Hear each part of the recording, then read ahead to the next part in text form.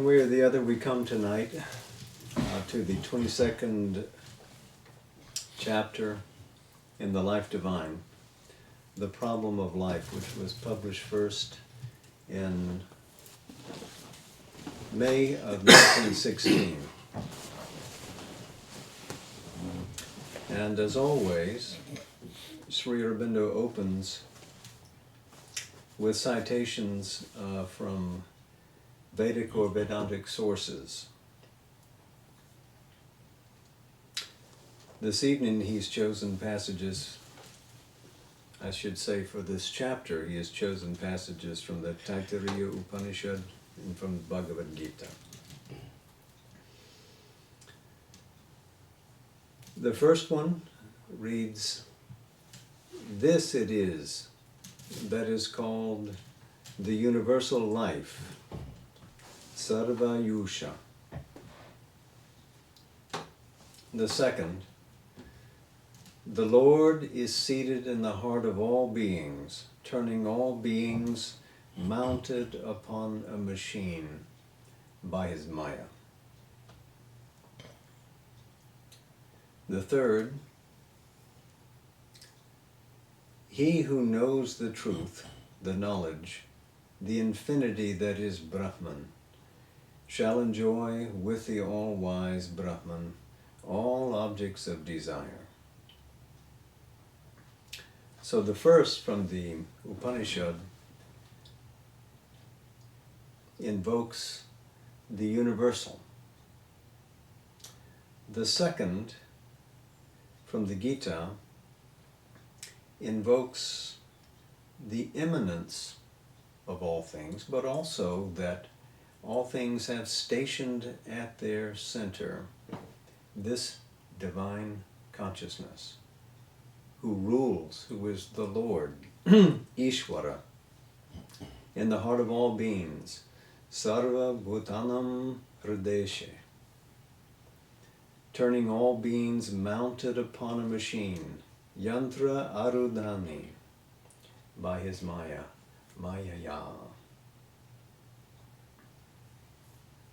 The third, moving upon this idea of the universal and the indwelling Godhead, moves to identify all of this with bliss. He who knows the truth, Satya, who knows the knowledge, Jnana, the infinity, Ananta, that is Brahman, shall enjoy with the all-wise Brahman all objects of desire. This is interesting. This is from the Taittiriya, one of the older Upanishads. And he leaves out a phrase, if I may translate it below this. He who knows Brahman as the true, the knowledge, the infinite, set in the secret place, Nihitam Guhayam, and in the highest heaven, Parame Vyoman, he obtains all desires with the wise Brahman, wise Vipaschit. And this last one, of course, is from the Taittiriya Upanishad, the second chapter, the first verse. And this is interesting because he chose not to translate that secret place, which is immanent in us, that indwelling in our heart, in the cave of our own being, and in the highest heaven. Perhaps to keep this argument simple and not to become too much to try to convey in one go. But it is a wonderful passage in the Taittiriya. I invite you to have a look at it sometime.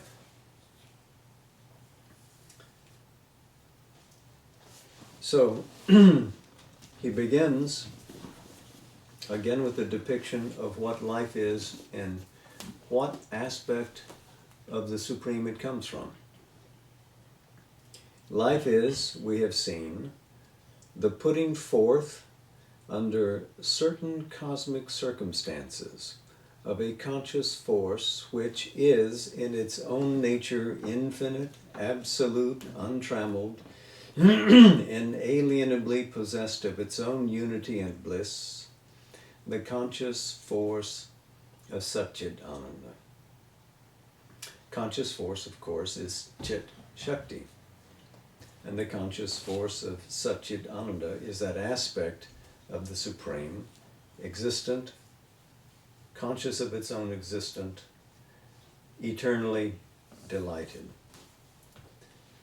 But it has placed itself forward, leaned into the cosmos, and represented itself there as this empowering capacity, life.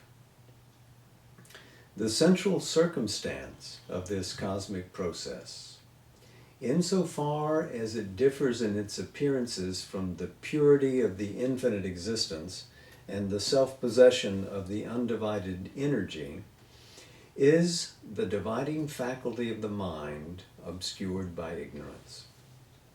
Now we've seen Sri Aurobindo's argument proceed from an analysis of what is Satchitananda, and then an analysis of what is sheer existence, what is consciousness force, what is delight, and how Satchitananda constellates an organized representation of itself through the agency of a creative consciousness which he calls the supramental.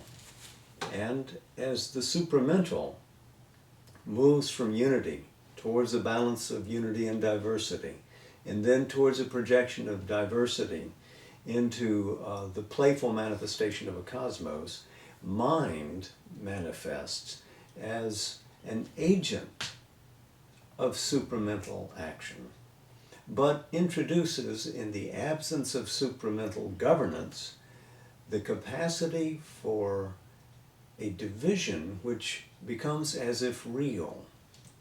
And so Sri Aurobindo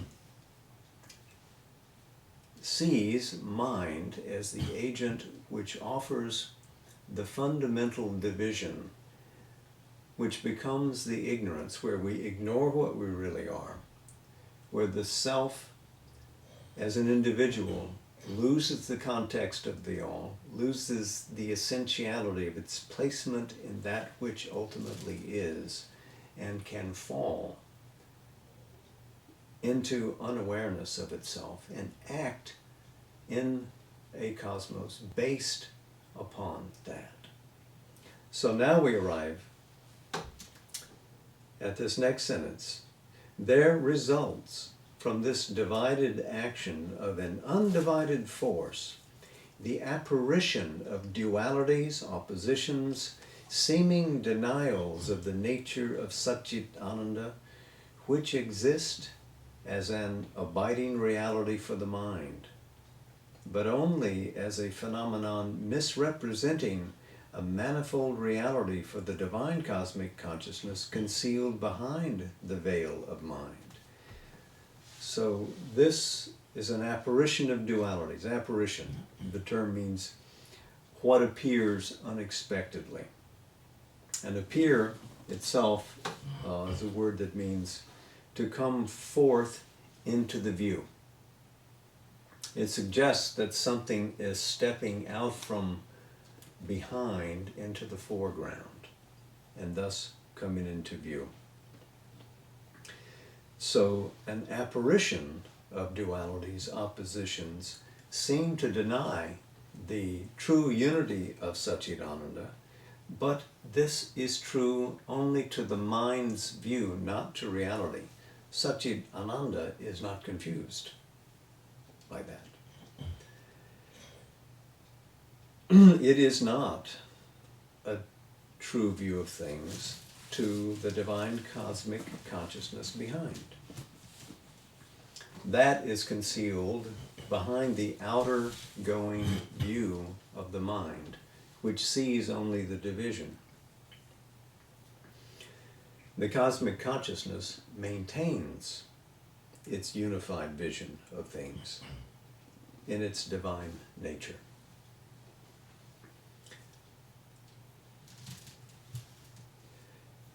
By the way, he has added a few words here and there throughout this section, which exist as an abiding reality. Not simply a reality, but an abiding reality. Misrepresenting a manifold reality, something else that he inserted into the working of this paragraph. So our fundamental takeaway is that it is mental ignorance which apparently divides the world. Hence, he writes, the world takes on the appearance of a clash of opposing truths, each seeking to fulfill itself, each having the right to fulfillment, and therefore of a mass of problems and mysteries which have to be solved, because behind all this confusion there is the hidden truth and unity pressing for the solution, and by the solution for its own unveiled manifestation in the world. Well, he will build upon this argument in coming paragraphs. So each of these truths is an aspect of something real. They seem to be disordered. They do not seem to work in solidarity with each other. Each tries to gain advantage and manifest the potentiality which is in it, and each has a right to do that. But all have the right to be brought together again into an all-embracing unity. And this is what has to be worked out, what has to be solved. The hidden truth of things demands that that happen, that we restore unity to what is apparently divided.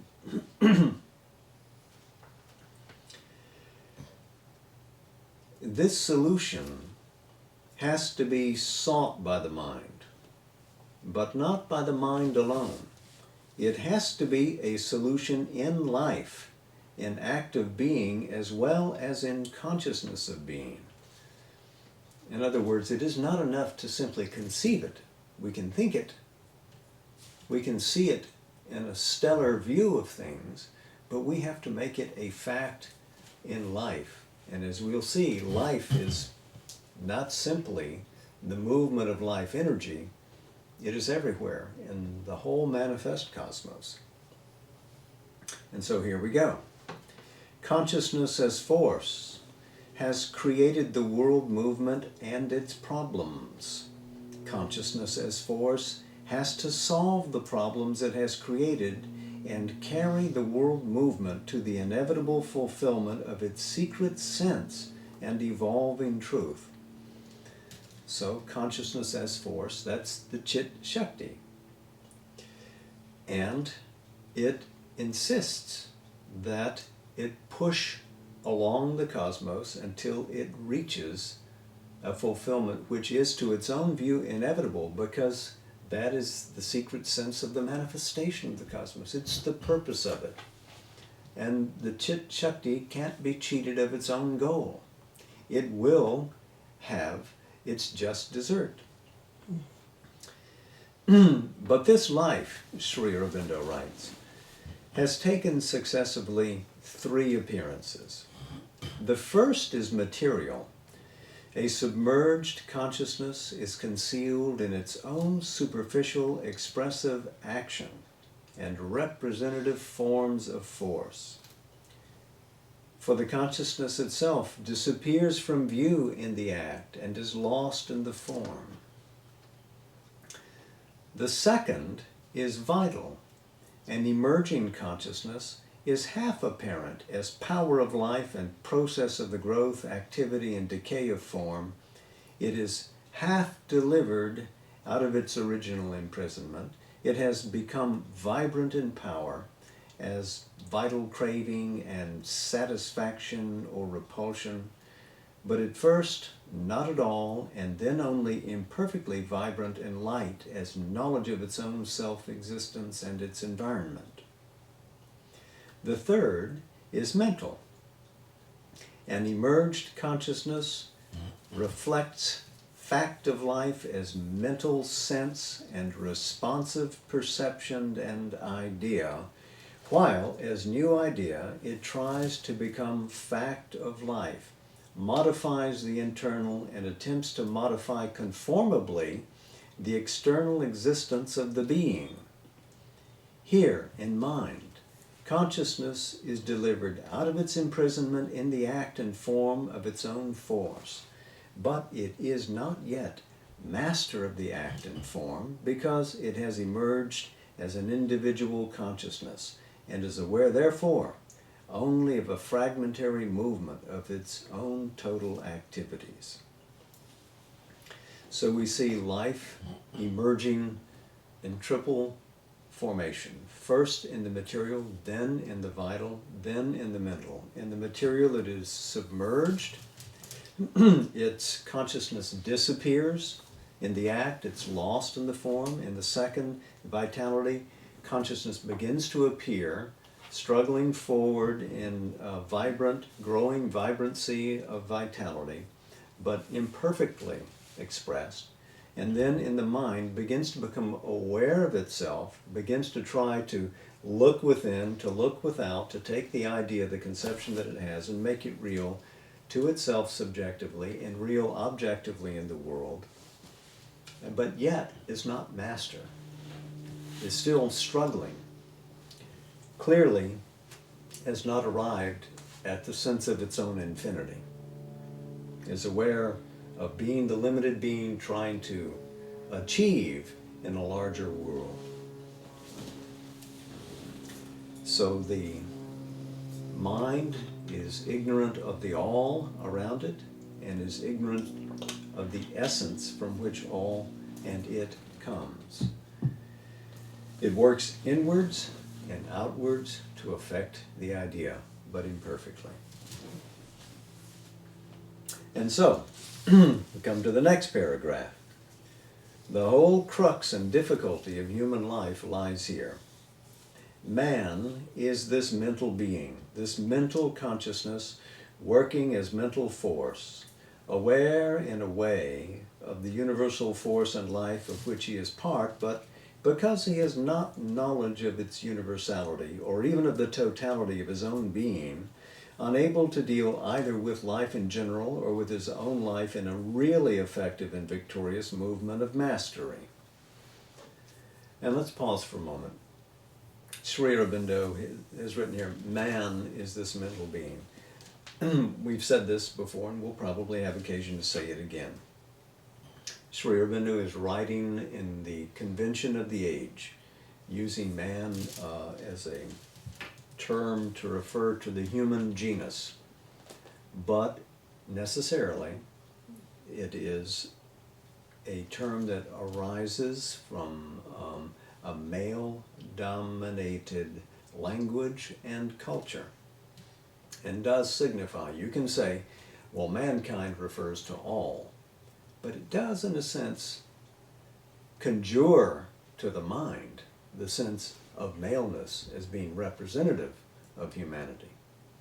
Now, Sri Aurobindo never in his life had the opportunity to consider the growing political awareness of what naming means, but master of language that he was, he no doubt would reflect that in his own writing had he the opportunity to do that. So we'll continue to read it as he writes it, but knowing what he means is larger than this male-centric connotation.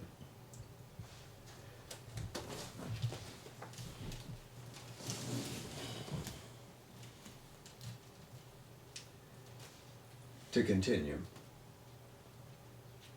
he seeks to know matter in order to be master of the material environment, to know life in order to be master of the vital existence, to know mind in order to be master of the great obscure movement of mentality in which he is not only a jet of light of self-consciousness like the animal, but also more and more a flame of growing knowledge. Thus he seeks to know himself in order to be master of himself, to know the world in order to be master of the world. This is the urge of existence in him, the necessity of the consciousness he is, the impulsion of the force that is his life, the secret will of Satchit Ananda appearing as the individual in a world in which he expresses and yet seems to deny himself. To find the conditions under which this inner impulsion is satisfied is the problem man must strive always to resolve, and to that he is compelled by the very nature of his own existence and by the deity seated within him. And until the problem is solved, the impulse satisfied, the human race cannot rest from its labor.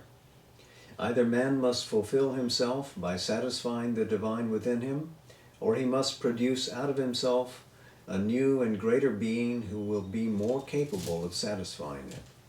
He must either himself become a divine humanity, or give place to Superman. Grand language. This is wonderfully expressive. So we will be perpetually restless until we achieve this great goal, because we are compelled by the divine and by the deity seated within, compelled by the very nature of his own existence. So we're built like that. We must move forward. We'll never be satisfied as humanity. We cannot rest content. We will be pushed forward. Even if circumstances seem to push, we will have created those circumstances so that we are pushed, so that we can outgrow what we are. We can exceed what we have only now become. We will not rest. But we are also compelled by the deity seated within him. This goes back to the Ishvara of the Bhagavad Gita that we met just a couple of pages ago. Verse 61, chapter 18. Seated within, as if turning all beings, all of them mounted upon a machine. Through his own enginery, he will achieve his goal. If he it be. Now, I think it's only fair to say that Sri Aurobindo is building upon and perfecting 19th century ideas of what humanity might become, as expressed in other evolutionary thinkers like Alexander and Bergson, but also in German thinkers like Nietzsche. Friedrich Nietzsche, for instance, whose idea of the will to power in us forces us to bring all the potentialities in our being to fruition. We cannot help it. We must do this. And that the present stage of humanity, such as it has achieved, is transitional and must be thrown aside ultimately for us to go forward.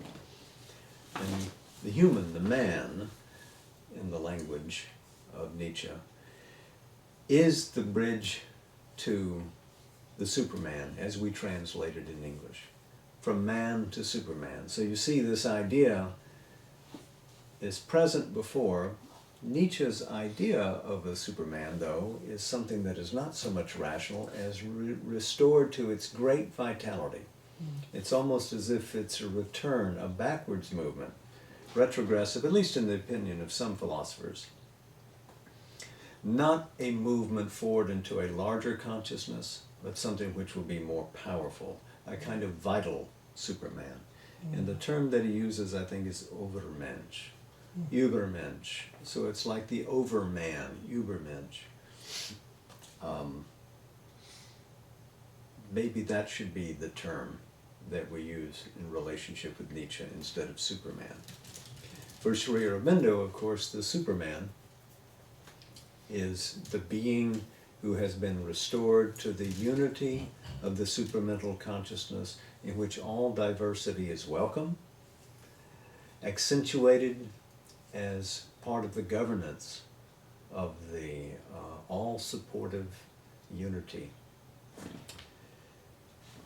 So a different kind of being altogether. At the beginning of this next paragraph, Sri Aurobindo has somewhat rewritten the opening sentence, which now reads, "This results from the very logic of things, because the mental consciousness of man, not being the completely illumined consciousness entirely emerged out of the obscuration of matter, but only a progressive term in the great emergence, the line of evolutionary creation in which he has appeared cannot stop where he now is, but must go either beyond its present term in him, or else beyond him, if he himself has not the force to go forward. So if we don't move, we will be surpassed, because there is a cosmic push and urgent necessity that mind not be the cap of evolution. We must exceed all that we have attained so far." Mental idea, he writes, trying to become fact of life, must pass on till it becomes the whole truth of existence, delivering itself out of its successive wrappings, revealed and progressively fulfilled in light of consciousness, and joyously fulfilled in power. For in and through these two terms of power and light, existence manifests itself, because existence is in its nature consciousness and force. But the third term, in which these, its two constituents meet, become one, and are ultimately fulfilled, is satisfied delight of self-existence. Satchitananda. For an evolving life like ours, this inevitable culmination must necessarily mean the finding of the self that was contained in the seed of its own birth, and with that self-finding, the complete working out of the potentialities deposited in the movement of conscious force from which this life took its rise.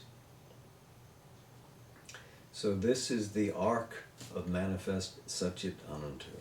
Arrive it must at the complete satisfaction of its own adventure in time and space. The potentiality thus contained in our human existence is Satchit Ananda, realizing himself in a certain harmony and unification of the individual life and the universal, so that mankind shall express in a common consciousness, common movement of power, common delight, the transcendent something which has cast itself into this form of things. He does not seek to describe what is unstatable, inexpressible. He calls it something, as he has in other passages called it that. This idea of a common consciousness and a common movement takes me to the last hymn in the Rig Veda. I think it's 10:191. If you'll permit me, I think I'll read that together, because it's significant that it was kept to represent the final expression of the Vedic culture. And here Sri Aurobindo is writing about a state that we must ultimately fulfill, in which we regain our common nature. So, translated into English, you'll find that the common Sanskrit word echoing throughout this passage is samanam. Join together, speak together. May your minds come together in knowledge. Common be your mantra. Common be your gathering. common your minds in one shared consciousness. A common mantra do I pronounce for you. I sacrifice for you with a common offering. Common be your aspiration, common your hearts, common be your mind, so that perfect union is among you. Rig Veda, Mandala 10, Hymn 191. There are only 4 verses. You'll find them.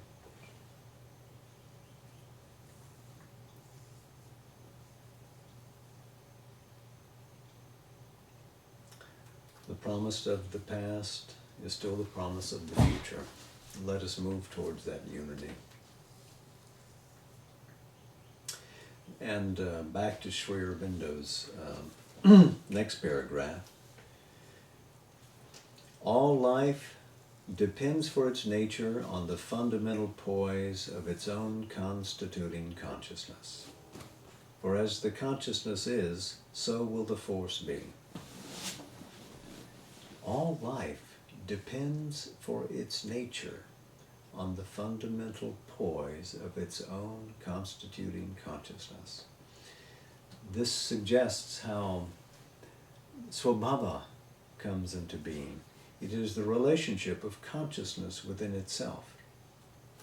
And here, we might just remark that the whole of this coming paragraph really makes it clear that Sri Aurobindo is offering a deeply psychological picture of the cosmos here. He's telling us how the universe is inwardly determined by the direct will of the divine. That the divine holds these principles, and as he relates these principles, things come into being, come into manifestation. It's as if Sri Aurobindo is here plumbing the mind of God. And so we don't see him talking about the atomic and molecular construction of a physical universe from which manifests life. We see him talking about the great principles of being, how the being moves into becoming, how the empowerment of consciousness force installs itself in life, becomes the material world, gives it push, makes it manifest the vitality which we know as life, makes it manifest re-emerging mind, etc., as we climb upwards. It's a wonderful inner picture of the cosmos.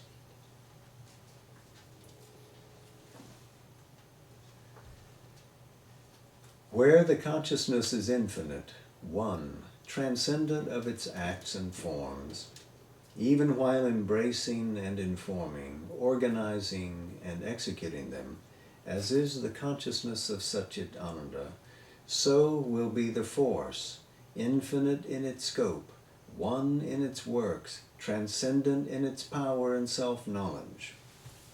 Where the consciousness is like that of material nature, submerged, self-oblivious, driving along in the drift of its own force without seeming to know it, even though by the very nature of the eternal relation between the two terms, it really determines the drift which drives it, so will be the force.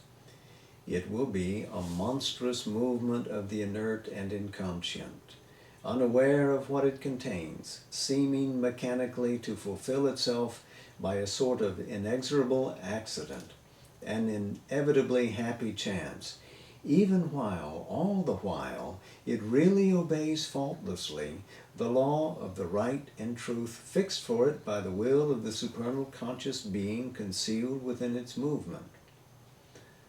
So, consciousness at the level of matter will behave brutally, but will secretly be obedient to the truth consciousness within it that governs it, Vritta Chit, which is universally present. This is how consciousness will behave in relationship with materiality. Where the consciousness is divided in itself, as in mind, limiting itself in various centers, setting each to fulfill itself without knowledge of what is in other centers and of its relation to others, aware of things and forces in their apparent division and opposition to each other, but not in their real unity, such will be the force. It will be a life like that we are and see around us.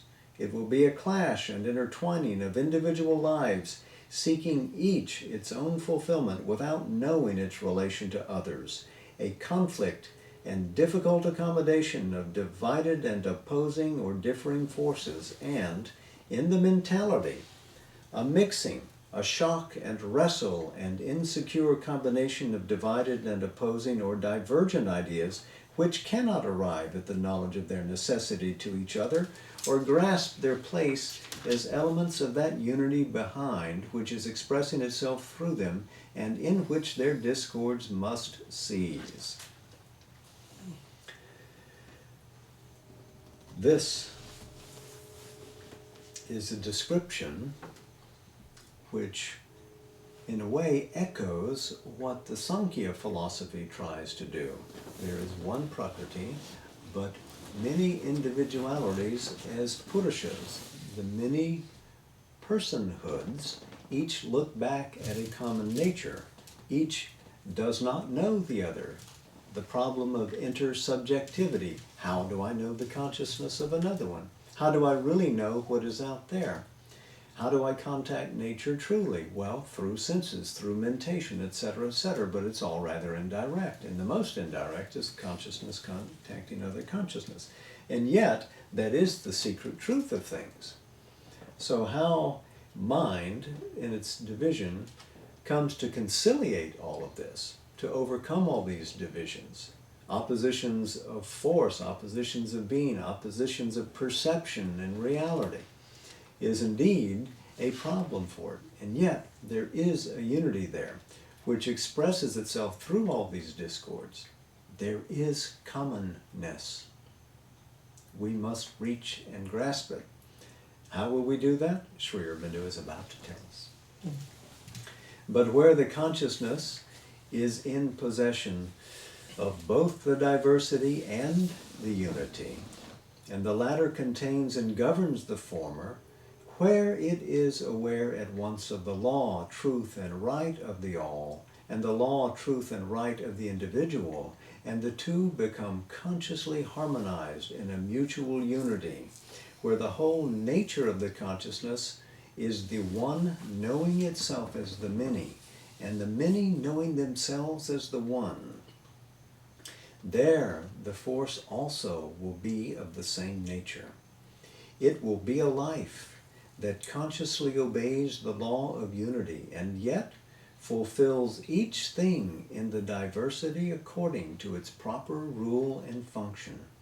It will be a life in which all the individuals live at once in themselves and in each other as one conscious being in many souls, one power of consciousness in many minds, one joy of force working in many lives, one reality of delight fulfilling itself in many hearts and bodies. He has just described the supramental life. The Vedic ideal, unrealized even then, still the object of our aspiration now, cannot be attained until we outgrow the divisions of mind and replace it with the fealty of the supramental law, the felicity of the supramental heart, the vastness, the penetration of the supramental vision. All of this must become real in us for that supramentality to reassert fundamental unity here, in matter, in life, in mind. So we have to outgrow ourselves. We must continue to evolve, to advance. It is right that we aspire. It is right that we struggle for it. That is our nature. That's the only way we can get there, is through the effort, the conscious work, the reconstructing of our own being, the refusal to become indolent and content with past summations of glory. Back to Sri Aurobindo. We'll do one more paragraph. The first of these four positions, the source of all this progressive relation between consciousness and force, is their poise in the being of Satchit Ananda where they are one. For there, the force is consciousness of being, working itself out without ever ceasing to be consciousness. And the consciousness is similarly luminous force of being, eternally aware of itself and of its own delight, and never ceasing to be this power of utter light and self-possession. So this is Satchit Ananda within itself, how it relates to its own being, consciousness and force. The second relation is that of material nature. It is the poise of being in the material universe, which is the great denial of Satchit Ananda by himself. For here, there is the utter apparent separation of force from consciousness. The specious miracle of the all-governing and infallible inconscient, which is only the mask, but which modern knowledge has mistaken for the real face of the cosmic deity. So here, consciousness and force relate through what is an all-powerful inconscient. It cannot make a mistake. It governs everything.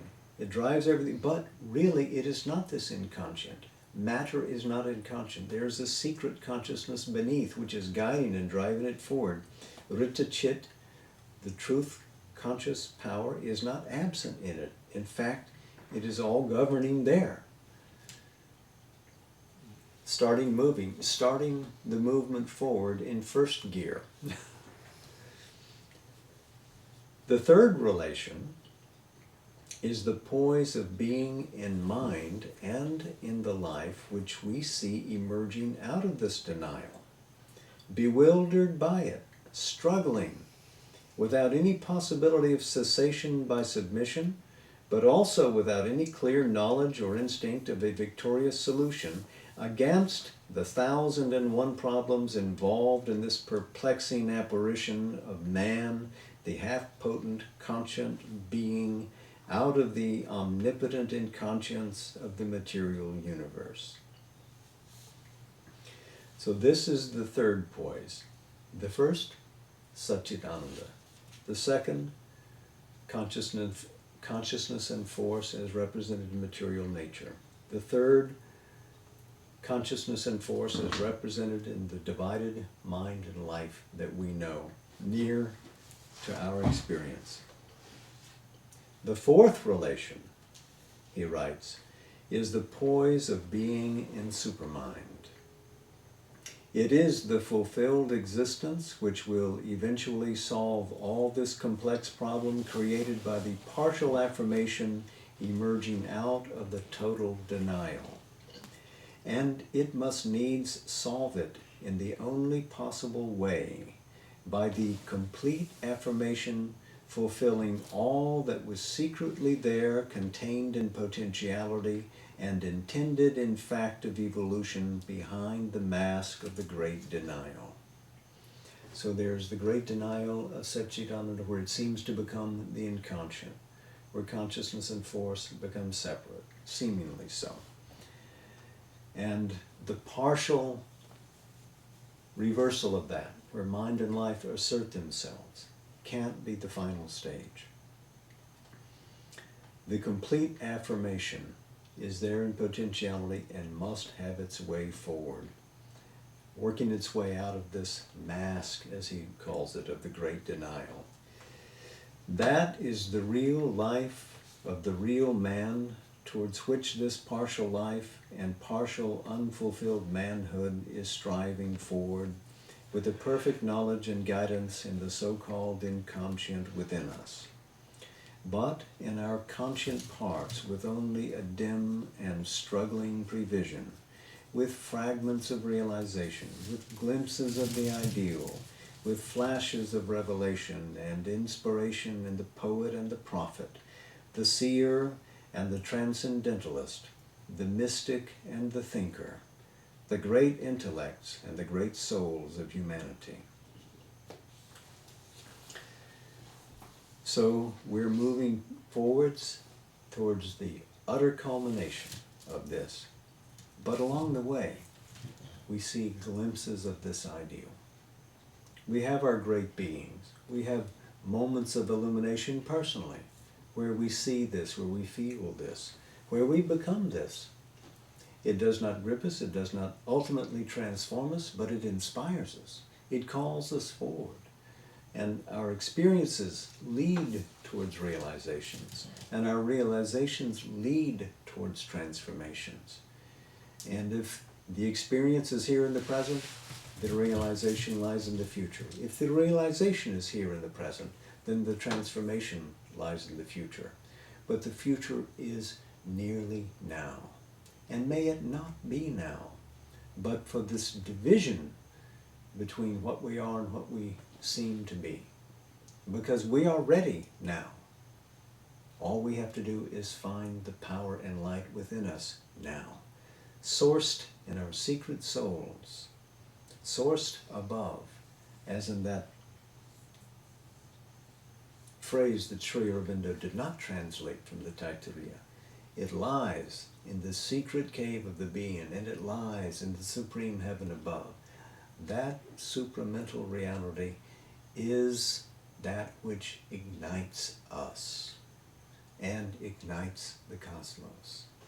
That central fire throwing out millions of uncountable sparks, each of them an individual expression of what it is in the all and in the one. And that is secret in us, and which compels our growth. We're not done, not by a long shot. Let us move into that. Let us discover our real being in which we can transform and save this globe and make it a redolent flower in the garden of the cosmos. Pardon me.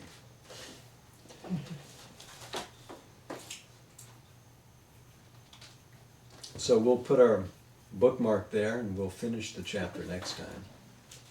I have a selection from Savitri for tonight, which comes from the second book, the Book of the Traveler of the World. This is in Canto 2, The Kingdom of Subtle Matter.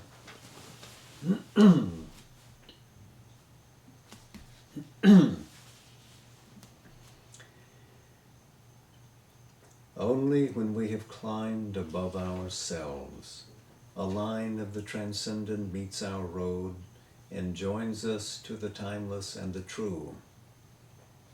It brings to us the inevitable word, the godlike act, the thoughts that never die. A ripple of light and glory wraps the brain, and traveling down the moment's vanishing route, the figures of eternity arrive. As the mind's visitors or the heart's guests, they espouse our mortal brevity a while, or seldom in some rare delivering glimpse are caught by our vision's delicate surmise. Although beginnings only and first attempts, these glimmerings point to the secret of our birth and the hidden miracle of our destiny. What we are there and here on earth shall be is imaged in a contact and a call. As yet earth's imperfection is our sphere. Our nature's glass shows not our real self. That greatness still abides, held back within. Earth's doubting future hides our heritage, The light now distant shall grow native here, the strength that visits us, our comrade power. The ineffable shall find a secret voice, the imperishable burn through matter's screen, making this mortal body Godhead's robe. The Spirit's greatness is our timeless source, and it shall be our crown in endless time. A vast unknown is round us and within. All things are wrapped in the dynamic one. A subtle link of union joins all life.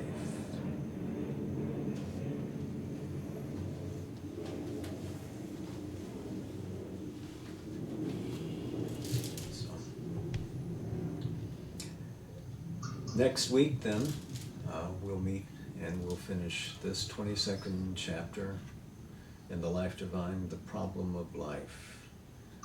And may our aspiration be bright until we meet again. Namaste. Jai Ma. Namaste. To all our friends.